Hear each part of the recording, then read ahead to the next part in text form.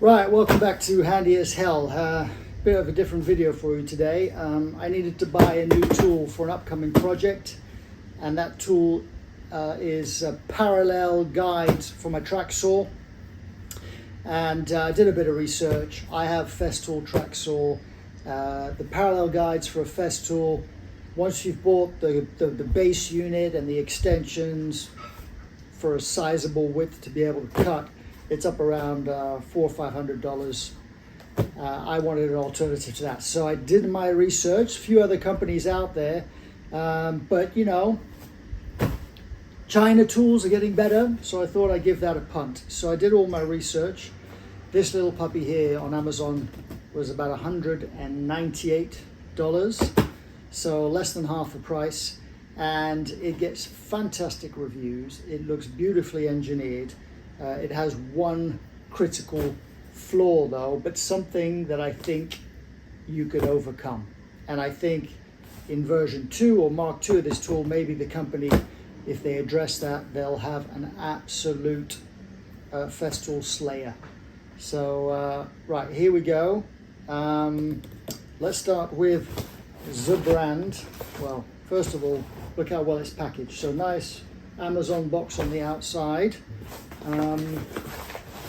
Let's open that up. So we already have a box within the box. That's nice, quite thick cardboard there. And here we are. Here's the brand name. Going Make. I'm going make me some furniture. Like all Chinese tools, the names are kind of a bit obscure. I think they could really do with you know, working on what they call their brands. I think that would inspire more confidence of people to buy Chinese tools.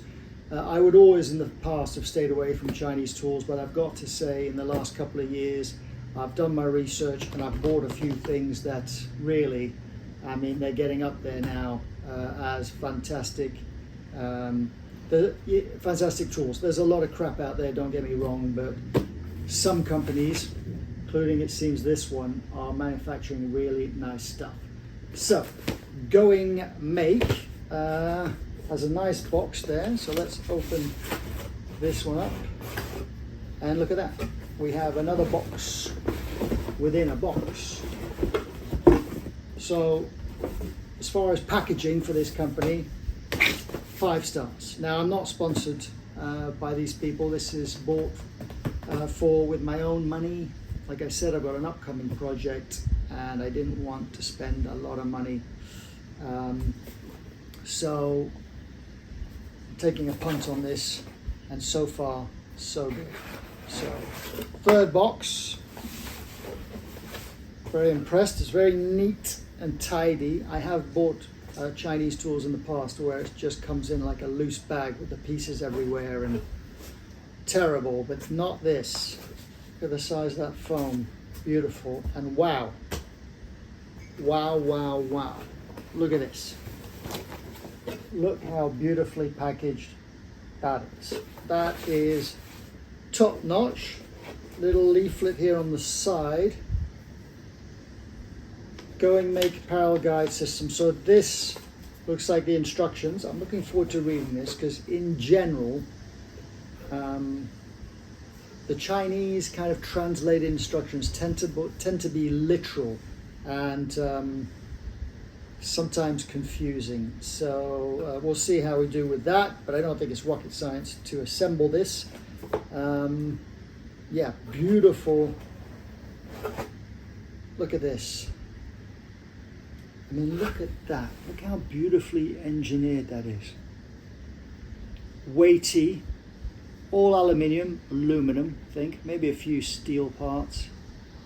Okay, so the little elephant in the room is this little bit here. These bits here, these are these little magnifying glasses that sit over the numbers on the track, kind of magnify the number. And the complaints online are that there's 2 little pointers on either side here, and the complaint is that they are small for a start, they don't show up that well in low light, and that sometimes a shadow forms from the rim of this thing, kind of hides the pointer. So having looked at a few videos, it didn't seem too bad from my point of view, and it does seem like something you could overcome either with a flashlight or possibly scoring or drawing a Sharpie line between the 2 pointers or something. I think you could do to actually overcome that. But possibly in Mark II of this tool, Going Make will address that situation. But otherwise, I am extremely impressed. Right, that's enough for the, well actually, before we go away, let's pull one of the rails out. So look at that, we have, what do we got? We've got metric on one side, imperial on the other, which is nice.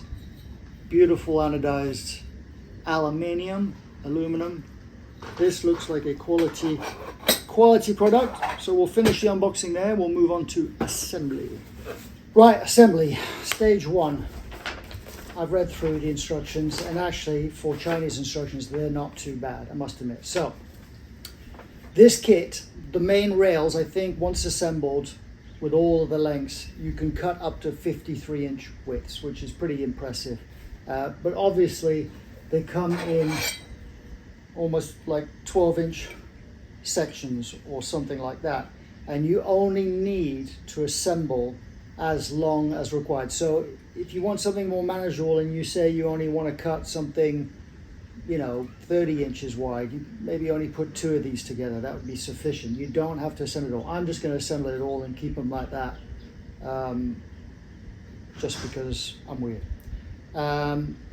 So the nice thing about it, so in the instructions they will tell you, you have these all these lengths here that you need to assemble together with these connectors, which I'll show you, but all of these are nicely labeled. So this one says 1-4 in the corner there, this one says 1-4, and then I presume another ones will say 1-3,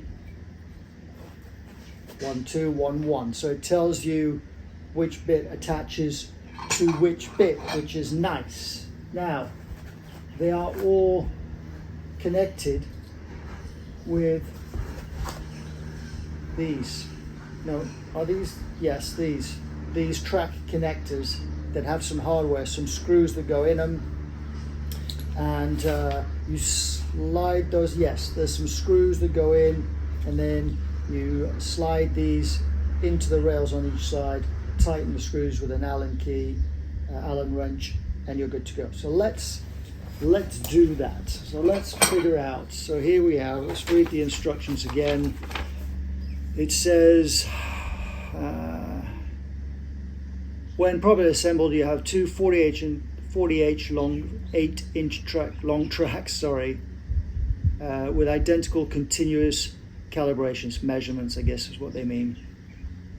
So we should have some Allen keys in here. We should have a bag of screws here. Yes, we do. Fantastic. And let's see which way the connectors fit in. So if I look at the back side of the track, these connectors should nicely slide in, which they do, and screws go in these guys. So I'll give you a close-up. Let's pre-assemble some screws into connectors, connect 2 pieces of track, and I'll show you the result.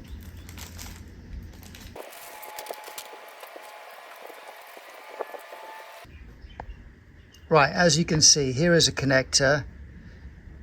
This is what the little screws look like, and they screw in like this, and then from the top you can use an Allen key here, and I guess that pushes this out and tightens the rail into the slot. So that is how those work. So let's assemble a couple and I'll show you.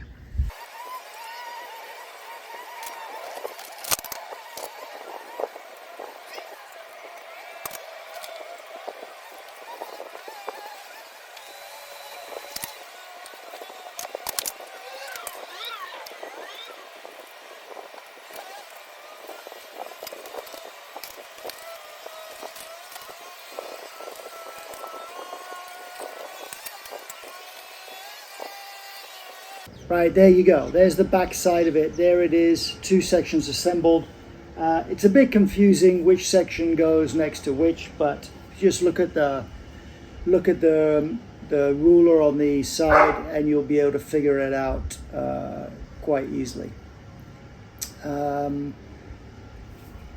Make sure these 2 pieces are completely like sandwiched together before you tighten up the screws. Emmy, can you let the dog in, please? The dog wants to come in. I can see a little bit of light through there, so I'm just gonna untighten them and redo that. Right, there we go. We have the 2 rails all attached together. Now I'm gonna give you a top tip. I'll probably show you this close up, so it's gonna save you a bit of time. Like I said, the directions aren't super clear, but if you start from right to left, so as you can see there, it's labeled 1-1. Start there and then to the left of it attach 1-2, move right to left 1-3, move right to left 1-4. And that will make it really easy. Okay, let's move on. Okay, next step in the process is attaching to the rail the parts that actually clamp into your track for your track saw. This is yet again a beautifully machined piece, and I believe this should be very straightforward. So if you go to the end labeled 1-1, and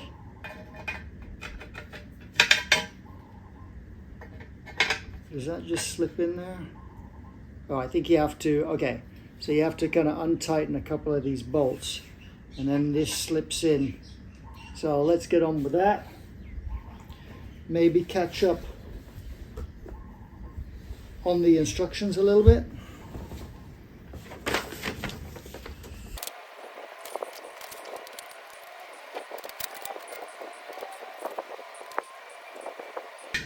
All right, as expected, you just loosen these 2 screws here and then you slip the whole of the body in like that, and you just move it down until you hear the edge. There's a little ridge on the back side of this till you hear that. Press firmly up against the rail and then tighten down those screws again.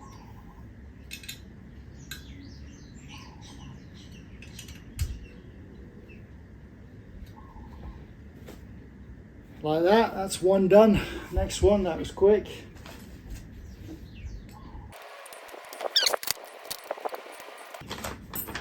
And that's it, according to the instructions. That's the rails all attached. Moving on. Okay, next we're going to attach the main, I guess the main calibration bit, the main, what do they even call this? The parallel guide stop. So the main stop, we're going to attach that to the rail, and all you do is this top knob here is you just loosen that. That loosens up this, and then here we go in the top of the rail, just slide it in. You want, I'll give you the orientation in a minute, just slide it in, tighten it down so it doesn't move. But that's the orientation. If that's the T end here that attaches to the track, then closest to the track you want this stop here so that it looks like that. And that is that. The next part of the video is the calibration basically, which I guess we'll do down in the workshop when we start building that piece. So stay tuned. Hi everyone, we're down in the shop and it's time to show you the calibration. Now, first things first, you see I have a long level here. This is my PowerTech track that comes in 2 sections that I use to cut along the length of sheets of plywood. The first thing you want to do is, this thing gets moved around it's moved around a lot. So double check that it is dead plumb to start with. Next thing you want to do is loosen these two screws here. That will allow you to slide this bar into the track from the end. Slide it in, tighten those two guys up. Next, these little two guys, if you tighten those down, that will clamp this firmly in place.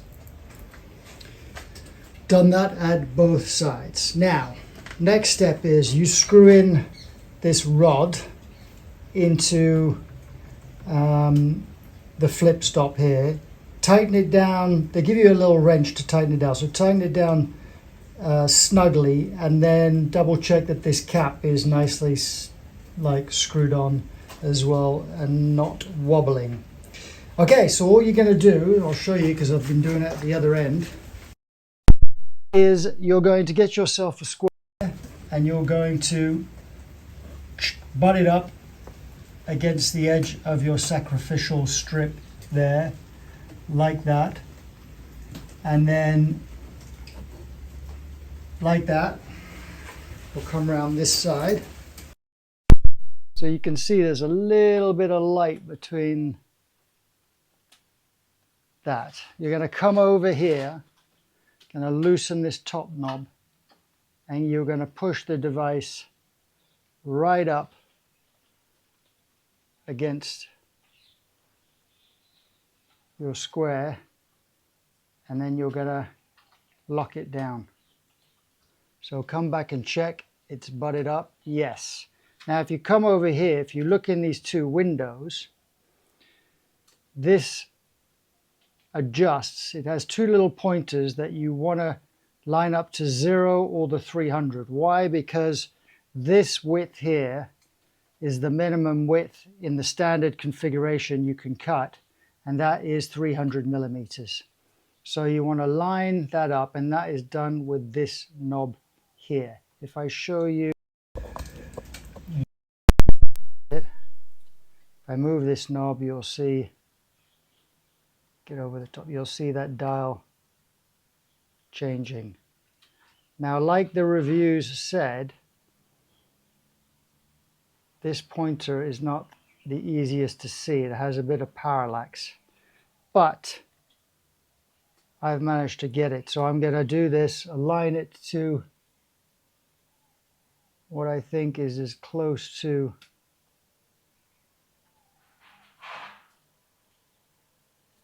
you need to make that pointer just more visible, that's all.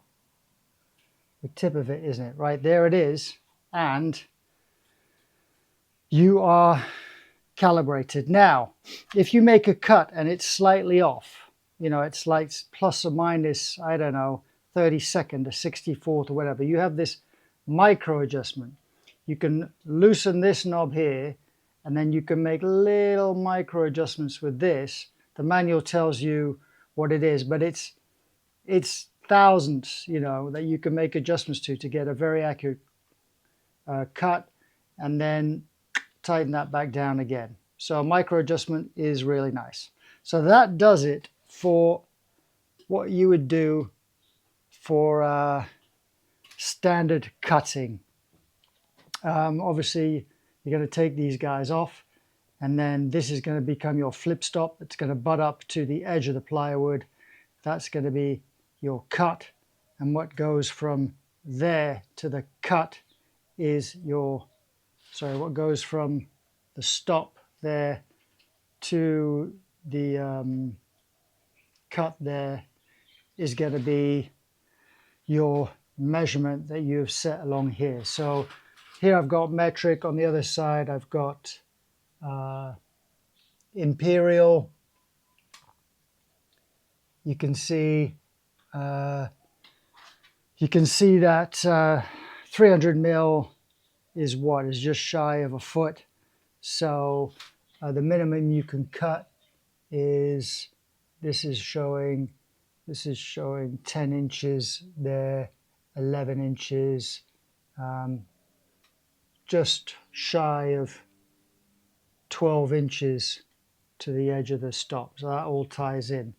And you can set whatever you want all the way down to, what are we up? We got 53 inches down the bottom there, or what have we got?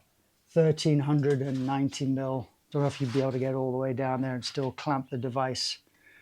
But that's it. So now I'm going to show you how you would set it up if you wanted to do thin strips. Right, now we're going to look at what you would do if you wanted to cut thinner strips than 300 mil, 10 3/4 inches, something like that. So you can see on the top of the device here, we have, let me get my finger in there, we have a scale at the bottom here for standard cut, and then narrow cut scale at the top of the device. So what you want to do is you want to flip your stops over. You're probably going to have to unscrew this and then rescrew it in. And this bar has to be underneath the track now. So if you see, let's say this is the example of the piece of wood I want to cut, I would place the track over the top of this. Not easy one hand. And now I would use this top scale, and let's say I wanted to, that's 0, that's 1 inch. Let's say I wanted something that was 5 inches. Then I would move all of this back to be lined up with that 5 inches on this top scale, and then the end of this rod that's underneath the track, that will butt up against the edge of my plywood I'm trying to cut, and I will get from the end of this rod to the sacrificial strip, I will get my measurement. But doing that creates a problem, doesn't it? Because as you can see, the device is tilted. So what it tells you in the instructions is whatever the thickness of this stock is that you're cutting, you need to put a couple of sacrificial pieces or a couple of offcuts under here to raise it up to the same height. In my project here, I'm cutting 9-inch widths off this plywood. So as it turns out, I am actually going to use it in this configuration. I told you in the video that I assembled the full length like this. I didn't really think about it because this is going to be cumbersome. So I'll probably just use a couple of them, detach this part here because it's just going to get in the way with the amount of space I have. But that's it, folks. I will make a video of the first cut that I make, tell you my thoughts, but to be honest with you, it's probably going to be user error if anything goes wrong, because all the other videos I've seen, people get really accurate results with this. All right, thanks for watching. Right, there it is. There's the configuration I'm going to be using it in. And what I'm going to do is I am going to do a little testaroonie. I'm going to measure out the 9 inches that I said I wanted. I'm going to measure out the 9 inches. I am going to set this to 9 inches, place it on the plywood, and I'm going to see if roughly this edge lines up, just to make sure that I'm not being a monkey. Right, just to show you guys, the old gross error check. I don't know if you can see. Will it focus? So I measured out my 9 inches. I don't know if this will focus, you know. Let's see. Can I see it? Maybe at the other end. Oh yeah, you can just see the pen. Can you see the pencil mark there if I raise it? That's 9 inches. And bang, right on the middle of that line. Let me see if you can see it better at the other end. So there it is. Let's focus on that. There we go. Can you see if I just raise it a bit? There's the pencil mark.